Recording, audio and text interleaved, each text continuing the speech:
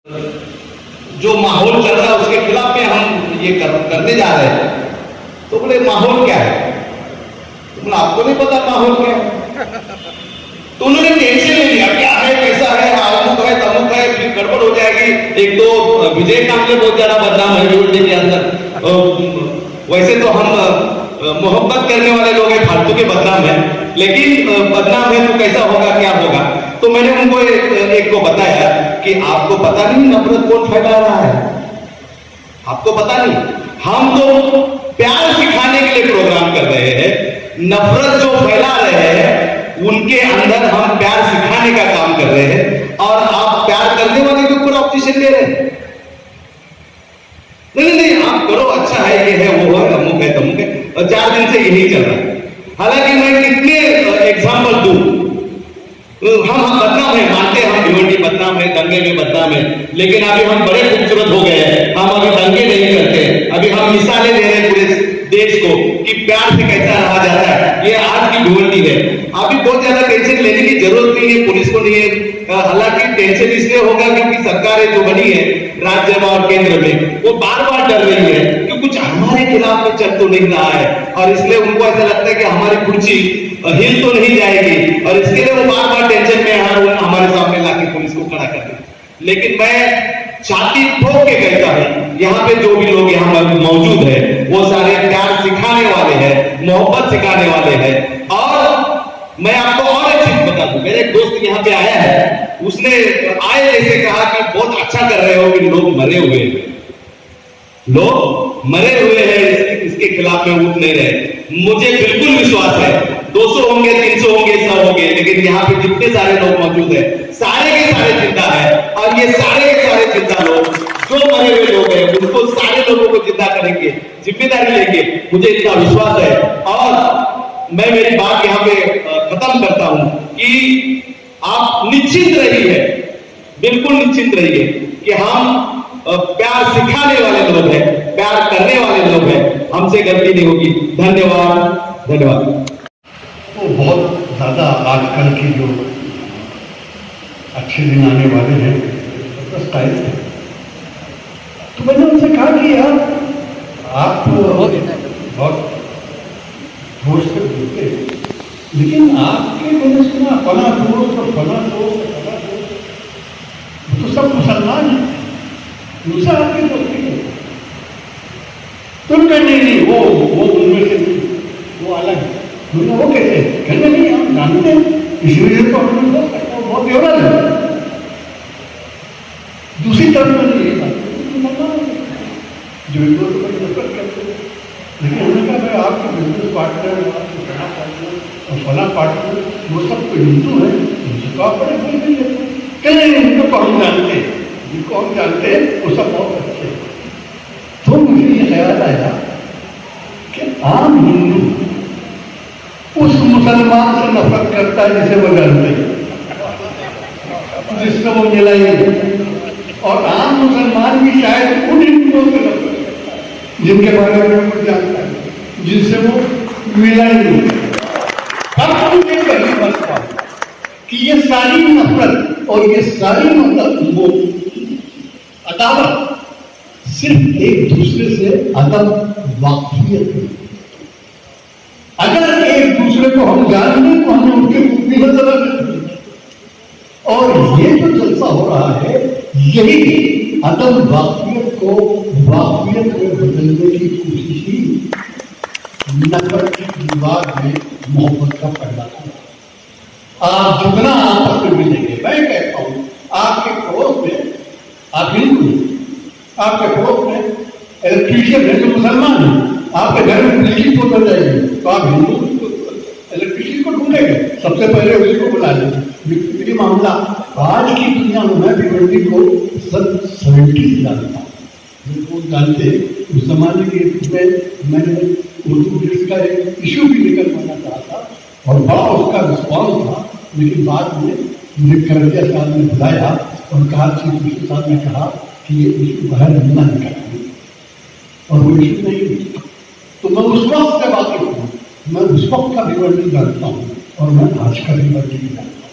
लोग बिजनेस में इतने दूसरे एक दूसरे के करीब आ चुके हैं कि अब उनमें कोई नफरत की दीवार लाना नामुमकिन था। किसी ने मुझसे पूछा जब मैं आ रहा था कि जो नफरत फैली हुई है इसकी कोई हद होती है? मैंने कहा देखिए, दुनिया में हर चीज की हद होती है सिवाय उसके, बाकी सब की हद होती है। मैंने कहा नफरत करने वाला ये बात को नहीं पहचानता, और जब पहचानता है तो बहुत देर होती है।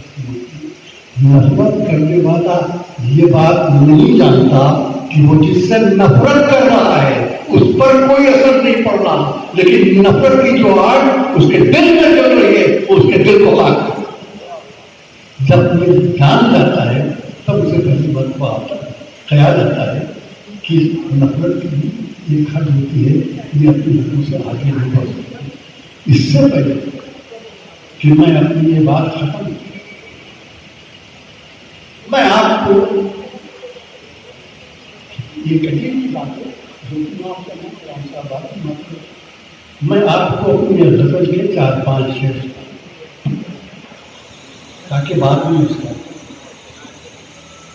और ये उर्दू के बहुत बड़े शायर थे जान साहब के साथ मुझ पर खराब आदमी उनकी गजल भी है कि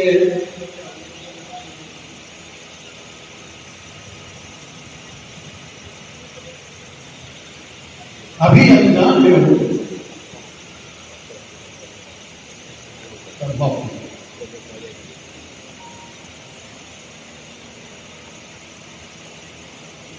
मैं नहीं बताती, मैं शेर याद करूँ। एक फर्क बात है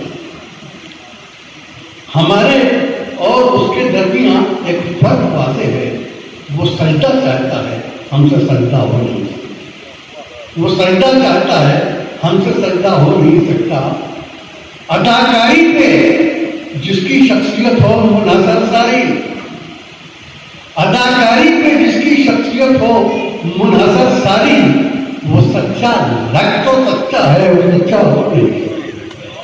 अदाकारी पे जिसकी शख्सियत हो मुनहसर सारी, वो सच्चा लग तो सच्चा है, वो सच्चा हो नहीं सकता। और वो सच्चा लग तो सकता है, वो सच्चा हो नहीं सकता। और बदलने भेष चाहे लहजा अपना खुशनुमा कर, बदलने भेष चाहे लहजा अपना खुशनुमा कर ले, जो कातिल रह चुका हो वो मसीहा हो नहीं, कोई नहीं सकता। क्या बात है।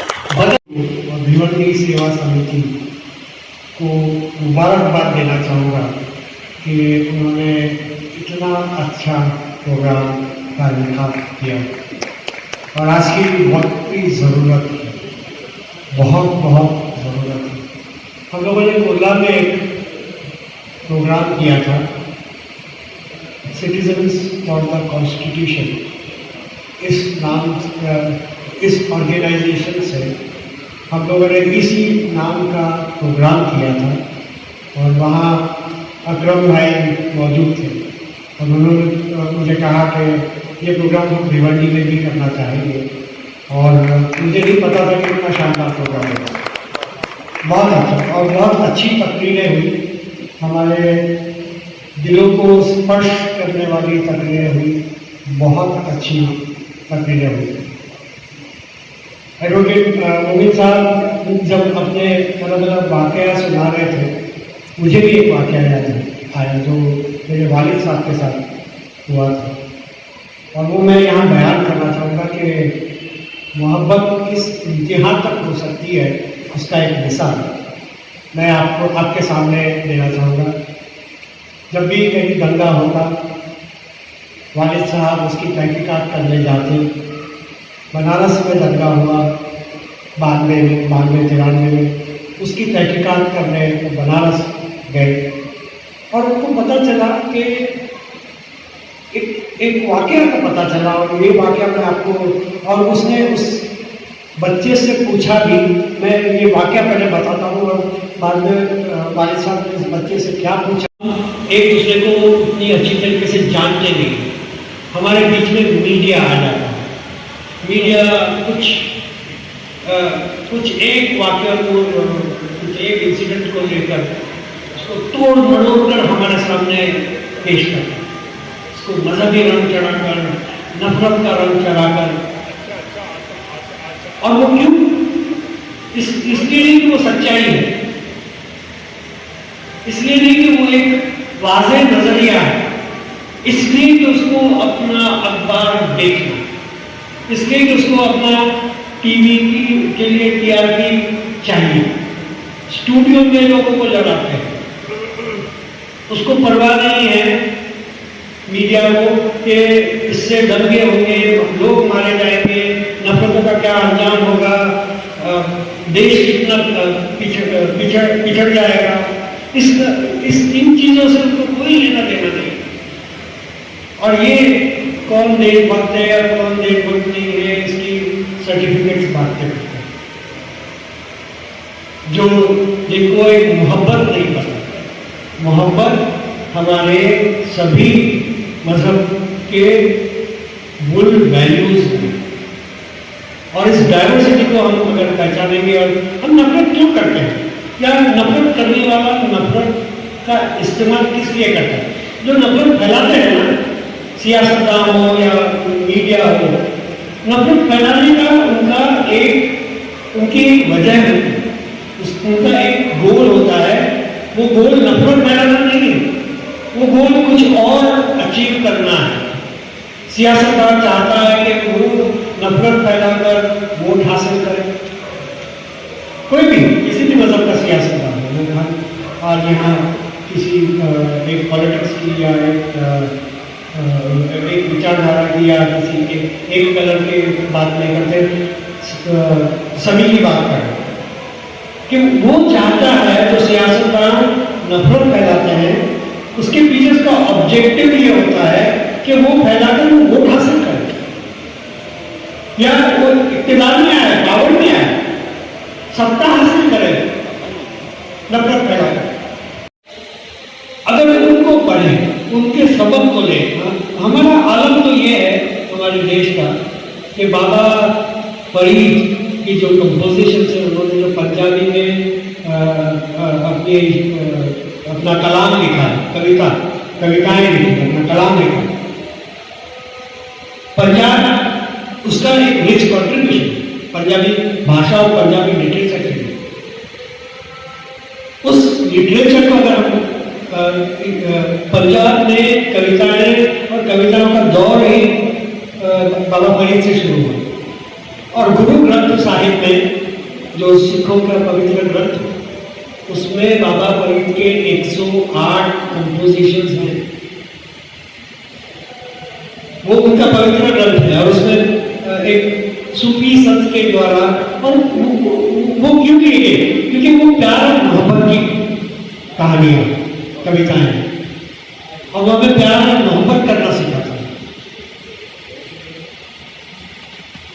कभी उसको सूफी संत भी कह सकते हैं या भक्ति संत भी कह सकते हैं। उनकी एक जो कविता है, एक कंपोजिशन है, उनका एक दोहा है, पोथी पढ़ पढ़ जब हुआ पंडित भयाना कोई, ढाई आखर प्रेम का पढ़े सो पंडित हुए।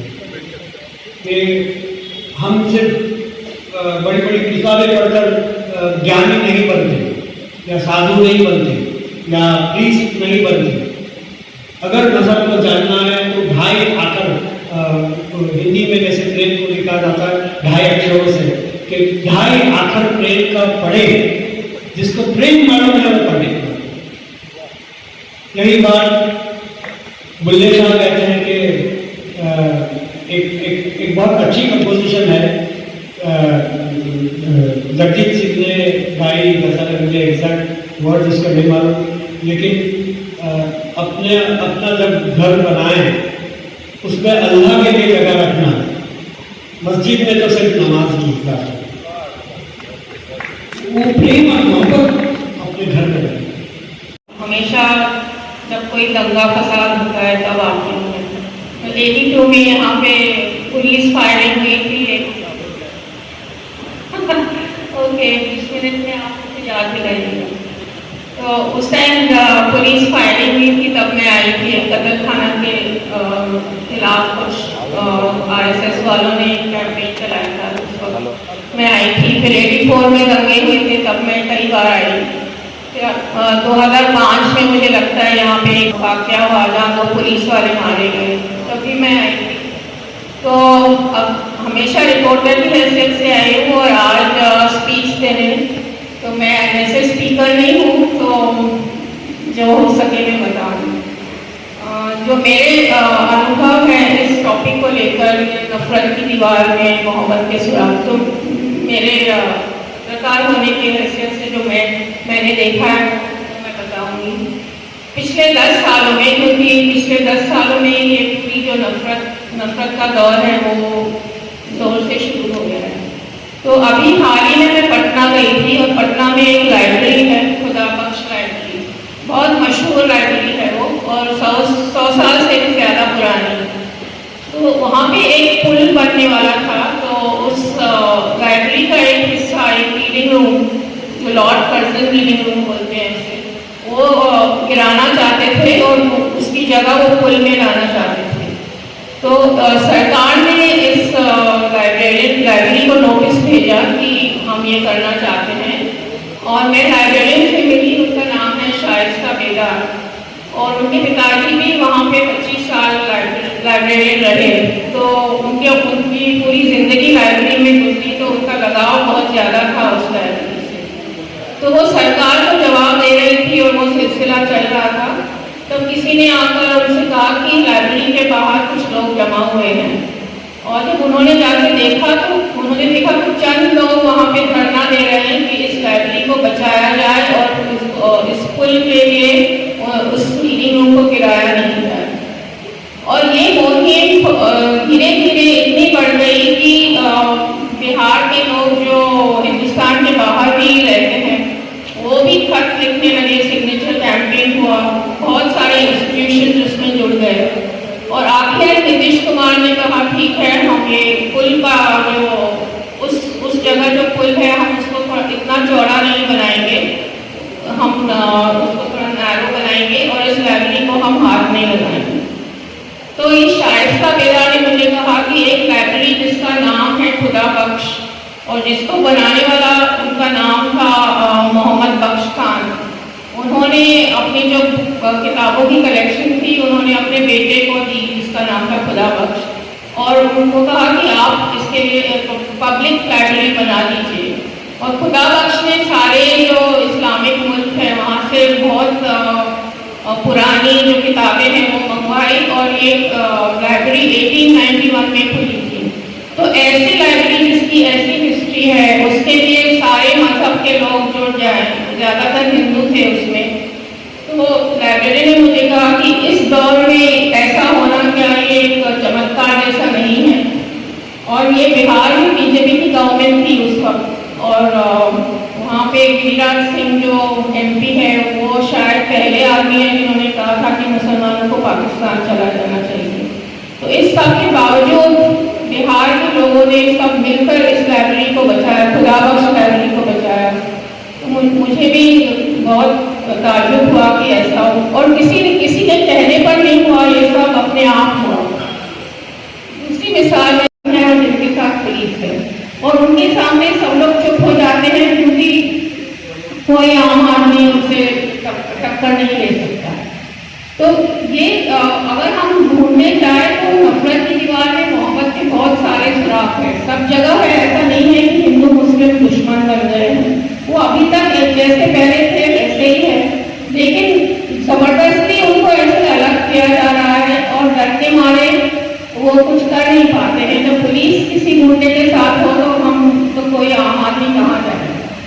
और हम सोचते हैं कि पूरा जैसे समाज चुप है, तो समाज चुप है इसका मतलब नहीं है कि वो समर्थन करता है। तो कहाँ जाकर कोई कुछ बोलेगा? ऐसा तो नहीं है कि कोई ऐसे मैदान में कोई आम आदमी जाकर अपनी राय भाषण देने लगे, और ना ही कोई टीवी चैनल पे जाकर कुछ बोल सकता है, क्योंकि आम आदमी को तो टीवी चैनल पर कभी बुलाया ही नहीं जाता है, वो सिर्फ लीडर्स को बुलाते हैं। तो जब चुप है, और ज़्यादातर लोग तो अपनी जिंदगी जीने में ही बहुत बिजी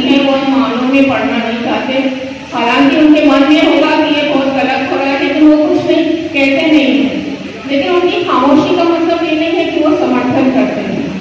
तो मैं इतना ही कहना चाहती हूँ कि जो नफरत है वो कुछ चंद लोगों की बनाई हुई नफरत है। वो अभी तक 10 साल हो गए हैं। मैं भी कुछ व्हाट्सएप ग्रुप की मेंबर हूँ, बीजेपी व्हाट्सएप ग्रुप, मतलब वो नहीं जानते हैं मुझे। तो जो जिस तरीके से वो वहाँ पर नफरत भरे मैसेज आते जाते हैं कि मुसलमानों को ये करो, मुसलमानों को, बहुत गंदे गंदे मैसेज, और पुलिस कुछ करती नहीं है। साइबर पुलिस है लेकिन इनको रोकती नहीं है। तो इस सब के बावजूद जब समाज में ऐसे लोग हैं जो दूसरों मुसलमानों की मदद करना चाहते हैं सिर्फ इसलिए कि उनको लगता है कि ये सही बात है, या जो लोग गुस्से में हैं कि हम जो कर रहे हैं, जैसे चोरी वाले से चोरी ले रहे हैं, तो उसमें कोई गलत बात नहीं है, लेकिन लोग आकर जबरदस्ती हमसे ये करवाते हैं। तो हमें ये नहीं सोचना चाहिए कि पूरा समाज या पूरा हिंदू समाज नफरत से भर गया है हिंदुओं में। लेकिन मैं ये एक कमी जरूर कहूँगी कि हम 78% है और बाकी माइनॉरिटी सिर्फ बहुत कम है, मुस्लिम सिर्फ 14% है। तो 78% की जिम्मेदारी होती है कि सारी माइनॉरिटीज की सुरक्षा करें। उसमें हम नाकाम रहे हैं, वो मैं कहूँगी कि हिंदुओं की बहुत बड़ी गलती है। लेकिन नफरत पूरे समाज में ऐसे फैल गई है, वो मैं नहीं। आप जरा सिर्फ ढूंढने की कोशिश करें तो बहुत सारे मोहब्बत के सुराग मिल जाएंगे। बुलाया और आपको मैं मुबारकबाद भी देता हूँ कि एक ऐसी चीज़ की शुरुआत की है जो समाज में नफरत नहीं होना चाहिए पर है। उस नफरत का मुकाबला कैसे करें। और बड़े दुख से मैं ये कहूँगा, सबने मेरे पहले के वक्ताओं ने बहुत अच्छे से बताया, लोग मिलजुल कर रहना चाहते हैं। और इरफान ने उसका निचोड़ दिया कि मोहब्बत जो है वो स्वाभाविक है, नेचुरल है, नफरत पैदा की जाती है। और यानी आज जिस प्रकार का समाज है तो किसी लोगों ने नफरत तो पैदा की है, उन्होंने बहुत मेहनत की है। पहचान लीजिएगा, कोई लोग सालों साल से नफरत पैदा करने की कोशिश कर रहे हैं और उसके बाद जाकर एक ऐसा समाज आता है कि जैसे ज्योति जी ने कहा, मुसलमान व्यापारियों का बाइकआउट करो। अभी आपने वो मेवात हरियाणा में देखा, 2 मुसलमान नौजवानों को जिंदा जला दिया गया, या एक पहले से मार दिया गया था तो दूसरा ही मार दिया गया। तो खैर ये थोड़ा सा मैं चाहूँगा, मैं इस बात से बहुत खुश हूँ कि भिवंडी में 1984 के बाद कोई दंगे नहीं हुए। ये बहुत अच्छी बात है और मैं उम्मीद करूँगा कि ऐसे जलसों के माध्यम से आप ऐसा माहौल खड़ा करेंगे कि भिवंडी में कभी भी दंगे न हो और ये पूरे देश के लिए मॉडल बन जाए। अब ये नफरत जो है तो सही, ये ऐसा नहीं कह सकते कि नफरत नहीं है। मैंने इसको कैसे महसूस किया, तो पहले तो एक बात पूछ लूँ, थोड़ा मैं जल्दी में बोलूँ और फुर्सत से बोलूँ? हेलो, चलेगा? क्योंकि मेरे पड़ोस में ज्योति जी बैठी है, बहुत परेशान है कि भाई 9 बजे मीटिंग खत्म करना चाहिए। वैसे तो मीटिंग खत्म कर सकते हैं क्योंकि जो महत्वपूर्ण बातें थी मेरे पहले के वक्ताओं ने कही। मैं केवल ये बताना चाहता हूँ कि नंबर 1, ये नफरत कैसे बनी, और नफरत सभी के खिलाफ नहीं बनी है, कुछ खास लोगों के खिलाफ बनी है। नंबर 2, आखिर में इरफान ने तो बहुत अच्छे सुझाव दिए, उसमें भी मैं 2-3 सुझाव जोड़ दूंगा कि मुद्दा ये नहीं है कि नफरत है, हमने बात कर ली, बात खत्म हो गई। सवाल ये है कि नफरत पैदा जो की गई है उसको पहचाने और उसको खत्म करने के लिए हम कोशिश करें। तो इन 2 आधारों पे मैं बात करता हूँ। तो खास तौर से क्लियर कहना पड़ेगा कि आज खास तौर से मुसलमानों के खिलाफ और क्रिश्चियंस के खिलाफ एक नफरत फैलाई गई है। और ये नफरत के कुछ जो बिंदु है उसको मैं थोड़ा सा अंडरलाइन करूँगा, रेखांकित करूँगा। तो खुद से बात शुरू करता हूँ। मुझे पहले लगता था ये क्या हिंदू मुसलमान के दंगे मामूली बात है, ये अपने आप खत्म हो जाएंगे जब समाज का विकास होगा, ऐसा लगता था मुझे, इसलिए मैं इसके बारे में ज़्यादा सोचता नहीं था। फिर आया 6 दिसंबर 1992, क्या हुआ उसमें? बाबरी मस्जिद को शहीद किया गया। तो जैसे बाबरी मस्जिद शहीद हुई, मेरे अंदर भी कुछ टूट गया और मुझे लगा ये केवल बाबरी मस्जिद को नहीं तोड़ा जा रहा, ये भारतीय संविधान पर एक हमला है। अब ये तो थ्योरी की बात हो गई, मैंने जीवन में कैसे देखा।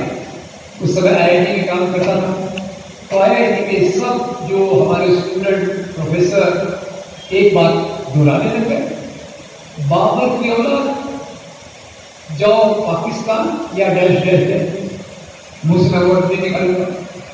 अब मैंने कहा ये बाबर जो 450 साल से कब्र में है, ये कहां से आ गया। फिर बाबर का स्टडी किया तो पता चला कि बाबर को जो काबुल के आसपास राज्य करता था, उसको यहाँ आने का निमंत्रण, इन्विटेशन जिसने दिया था, उसका नाम था राणा सांगा। जो है क्या कहना था, राणा सांगा। और क्यों बुलाया उसने कि भाई तुम आओ अपन पार्टनरशिप में दिल्ली में जिसका राजा इब्राहिम लोदी, उसको हराएंगे। और उसमें हिंदू मुसलमान कहा है, एक हिंदू राजा एक मुसलमान राजा को बुला रहा है पार्टनरशिप के लिए, ताकि तीसरे मुसलमान राजा को हरा सके। और इसको ऐसा प्रचारित किया कि बाबर विदेशी। तो यहां से मैं कुछ सवाल भी आपको पूछना चाहूंगा, ये बताइए कि पहले देश विदेश की कल्पना थी क्या? आर्य लोग पहले यहाँ आए मध्य एशिया से, वो आक्रमण था या आगमन था? क्या था? आगमन था। कोई पहले उस समय वीसा पासपोर्ट होता था क्या?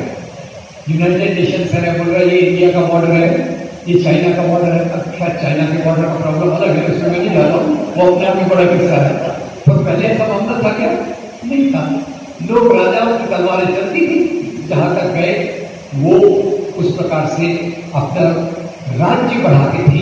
राजा लोग राज्य बढ़ाते थे। राजाओं को खासतौर से मैं इसलिए फोकस कर रहा हूं क्योंकि आज राजाओं के माध्यम से नफरत को बहुत फैलाया जा रहा है। पाकिस्तान में हिंदुओं के खिलाफ, ख्याल कीजिएगा, पाकिस्तान में हिंदुओं के खिलाफ और भारत में किसके खिलाफ? मुसलमानों के खिलाफ। तो मेरा पहला ही सवाल होता है, क्या अगर किसी हिंदू राजा ने कोई गलत काम किया तो क्या आज का हिंदू उसके लिए जिम्मेदार है? Yes, no? अगर किसी मुसलमान राजा ने कोई गलत काम किया तो आज का मुसलमान उसके लिए जिम्मेदार है? गलत। तो पहली बात तो इसी को समझ लें कि देश विदेश कुछ नहीं होता। फिर आपने सुना क्वेश्चन बना, वो कौन सा था, सौगंध राम जी खाते हैं, आगे क्या था? मंदिर वही बनाए। मतलब क्या? बाबरी मस्जिद तोड़ेंगे। मतलब क्या? मुसलमान राजाओं ने यहाँ के मंदिरों को तोड़ा, हिंदू धर्म पे आक्रमण किया। तो ये भी मेरे दिमाग में घुस गया। अब मैं बाबरी मस्जिद पे नहीं जाऊंगा, उस पर बहुत सारा ये किया गया। सुप्रीम कोर्ट ने कह दिया कि 1949 में जब वहां रामलला की मूर्ति हटी गई, that was a crime. Advocate साहब, दैट वाज ए क्राइम, वो एक अपराध था। अब सभी अपराधियों को सजा थोड़ी मिलती है। 6 दिसंबर 1992 को जो बाबरी मस्जिद शहीद की गई, वो भी एक अपराध था। यहाँ का डिप्टी प्राइम मिनिस्टर भी बन गया, नाम पहचाना? मेरी आशाश कमजोर, इसलिए मैं आपसे पूछने लगा बीच में। खैर, अब फिर मैंने एक और मंदिर के बारे में पढ़ा, तो ये आम बात हो गई, मुसलमान राजा हिंदुओं के मंदिरों को तोड़े। तो मैंने कहा चलो थोड़ा सा स्टडी कर लेते हैं। तो मेरे गुरु और दोस्त असगर साहब थे, असगर अली जी ने, इरफान के पिताजी, तो उन्होंने इसमें बहुत कुछ लिखा था। तो मैंने इसको सीरियसली पढ़ना चालू किया और एक मंदिर के बारे में पढ़ा, जो मंदिर है गुजरात में। पहचान सकते हैं कौन सा? सोमनाथ मंदिर। Very good. अब सोमनाथ का मंदिर महमूद गजनवी ने तोड़ा था 1026 में, आज से करीब 1000 साल पहले। और लोग यही कहते हैं मुसलमान राजा इस प्रकार से करते हैं। तो मैं उसकी डिटेल में गया। तो पहले मैंने सोचा, महमूद गजनवी खुद की किताब में लिखता है, खुद के अपने लिखता है कि मैं एक मूर्तियों को तोड़ने वाला हूँ। क्योंकि आपको पता होगा मोहम्मद साहब ने कहा था मूर्तियों की पूजा मत करो वगैरह वगैरह, तो उसके आधार पर उसने कहा। अब अगर वो मेरे सामने खड़ा होता तो मैं उसको पूछता, भैया तो मूर्तियों को तोड़ने वाला है, गजरा से लेके तो सोमनाथ तक आ रहा है, 2000 किलोमीटर के करीब का रास्ता है, रास्ते में और मंदिर नहीं मिलेगा तेरे को तोड़ने के लिए, तूने रास्ते के मंदिरों को क्यों नहीं तोड़ा? अब वो ये थोड़ी कहने वाला है कि सोमनाथ के मंदिर में 20,000 सोने के दीनारों की बराबर की संपत्ति थी, वो संपत्ति मुझे चाहिए थी, उसके लिए मैंने मंदिर को तोड़ा और मैं तो लिखूंगा। वो लिखेगा क्या कि मैं चोरी करके आया हूँ, डाका डाल आया है? कोई नहीं। कहने की बात एक होती है, लिखने की बात दूसरी होती है। तो खैर, ये मंदिर तोड़ने की बात थी। एक और आपसे ही सवाल पूछ लेता हूँ, एक और राजा के नाम पर आज बहुत नफरत फैलाई जाती है। उस राजा को यहाँ सबसे खराब, खतरनाक, खूंखार, हिंदू विरोधी राजा कहा जाता है। कौन है? औरंगजेब। अब एक बार मेरे पाकिस्तान जाने का मौका मिला, दरिया पर सुरक्षा से आ गया, वजन भी थोड़ा बढ़ गया पाकिस्तान के ट्रिप के बाद। खैर, अब वो औरंगजेब के बारे में बोले कि औरंगजेब जब चल रहा है काशी विश्वनाथ, अब काशी विश्वनाथ का मंदिर तोड़ा, ये एक बात को लेकर बहुत बड़ा एक्सप्लेन हुआ। पर अभी अपने वो जो शिवसेना में कुछ स्प्लिट वगैरह हुई थी ना, तो उनके 40 विधायक कहाँ गए थे? आसाम। और आसाम में वो एक मंदिर में गए थे आशीर्वाद लेने, वो था कामाख्या देवी का मंदिर। मुझे पता चला कि औरंगजेब ने कामाख्या देवी के मंदिर को दान दिया, उज्जैन में महाकाल के मंदिर को दान दिया, और वृंदावन में भगवान श्री कृष्ण के मंदिर को दान दिया। एक राजा है जो मंदिरों को दान दे रहा है, और उसने जो मंदिर तोड़ा उसका कारण क्या होगा उसको आगे देखेंगे। पर मुझे इसकी कुंजी तब मिली जब मैंने पढ़ा कि इसी औरंगजेब ने एक बार गोलकुंडा में एक मस्जिद को भी तोड़वाया। बुरा मत मानिएगा, सच्चाई सच्चाई होती है। क्यों तोड़वाया? इस्लाम के खिलाफ? गलत। हुआ ये कि गोलकुंडा के नवाब तानाशाह ने 3 साल तक औरंगजेब को लगान नहीं दिया। लगान ला अपन क्या मतलब, अंग्रेजी में क्या बोलते लगान को? टैक्स। 3 साल तक टैक्स नहीं दिया। औरंगजेब ने पूछा, हेलो 3 साल तक लगान नहीं दिया, क्या आपका बोलो है? तानाशाह ने बोला, हुजूर मेरे राज्य में अकाल, दुष्काल, ड्राउट है, प्रजा मुझे लगान नहीं दे रही, मैं आपको लगान कहाँ से दूँ? औरंगजेब बड़ा चला, उसने अपने जासूस भिजवाए और पता चला कि तानाशाह ने अपनी सारी संपत्ति एक मस्जिद के नीचे छुपा कर रखी है। आगे की बात नहीं बताए तो चलेगा क्या? बताना पड़ेगा। औरंगजेब मस्जिद काय के लिए तोड़ेगा? इस्लाम का अपमान करने के लिए, संपत्ति प्राप्त करने के लिए। तो ये बताइए, औरंगजेब ने एक मंदिर को तोड़ा, 100 मंदिरों को दान दिए, एक मस्जिद को तोड़ा, उसमें एक ही बात को लेकर चले, इसने मस्जिद हमारे मंदिर को तोड़ा। ये पूरा चित्र है या आधा चित्र है? पूरा सच है कि आधा सच है? आधा सच है। Very good. और मुझे लगता है आधा सच जो होता है वो झूठ से भी ज्यादा खतरनाक हो सकता है। Right wrong? और ये भैया ये बड़ा अच्छा था, इसने गरीब किसानों के बोझ कंधे से लगान का बोझ कम किया। बस वो मेरा एक पैरामीटर है। बाकी तो राजा जैसे मुसलमान राजा मुसलमान किसानों से लगान माफ कर देता था क्या?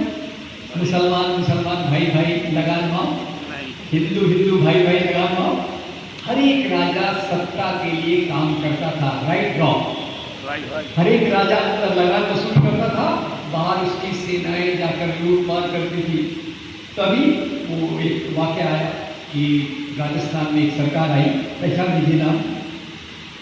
तो वो सरकार जो बीजेपी की सरकार वाली थी, तो उनमें एक मंत्री महोदय थे। मंत्री महोदय ने देखा कि राजस्थान की स्कूल की किताबों में हल्दी घाटी लड़ाई में लिखा है, जो सच है, अकबर जीत गए थे, राणा प्रताप हार गए थे। उन्होंने बोला ये कैसे हो सकता है, हिंदू राजा कैसे हार सकता है? किताब को उलट दिया। क्या कर दिया? बोले इस लड़ाई में राणा प्रताप जीत गए, अकबर हार गए। और कभी मैं उनको सपने में मिलूंगा तो उनको बोलूंगा, भैया जिसको जिताना है जिता दो, जिसको हराना है हरा दो, मेरा कुछ नहीं जाता, पर इसको हिंदू मुसलमान की लड़ाई मत बताओ। फिर मैं उनको कुछ बताऊंगा। हल्दी घाटी का मैदान है, एक तरफ अकबर की फौज है, एक तरफ राणा प्रताप की फौज है। और अकबर की फौज में अकबर खुद नहीं है, छुट्टी पे होगा एक दिन। तो फिर अकबर के बदले सेना का नेतृत्व कौन कर रहा है? राजा मान सिंह। राजा मान सिंह के साथ राजपूत सिपाही। तो अकबर की सेना में केवल हिंदू है या हिंदू मुसलमान दोनों हैं? दोनों हैं। अब मिलन में आता महाराणा प्रताप की तरफ। महाराणा प्रताप खुद अपने सेना का नेतृत्व कर रहे हैं चेतक घोड़े पर बैठकर। ठीक है, चेतक स्कूटर तो मैंने भी चलाई है, पर चेतक घोड़े पर कभी नहीं बैठा। खैर, चेतक घोड़े पर बैठ कर चला रहे। और उनके दो बड़े सेनापति हैं, एक का नाम है राम सिंह और दूसरे का नाम है हकीम खान सूर। राणा प्रताप के 3000 सैनिक, उसमें 1000 पठान सिपाही। तो राणा प्रताप की सेना में केवल हिंदू है या हिंदू मुसलमान दोनों हैं? दोनों तरफ हिंदू है? Yes no? दोनों तरफ मुसलमान है। तो ये हिंदू मुसलमान की लड़ाई है कि दो राजाओं की लड़ाई है? दो राजाओं की लड़ाई। ये लड़ाई धर्म के लिए कि सत्ता के लिए? सत्ता के लिए। और अपने थोड़ा सा भी महाराष्ट्र की बात करें तो छत्रपति शिवाजी महाराज की बात करें। आपको पता होगा छत्रपति शिवाजी महाराज ने अपने राज्य की स्थापना की। उसके लिए उन्होंने पहले सबसे पहले कौन से राजा को हराया? सबसे पहले जिस राजा को हराया वो एक हिंदू राजा था, चंद्रराव मौर्य। अब उसके बाद उनका राज्य विस्तार हो रहा।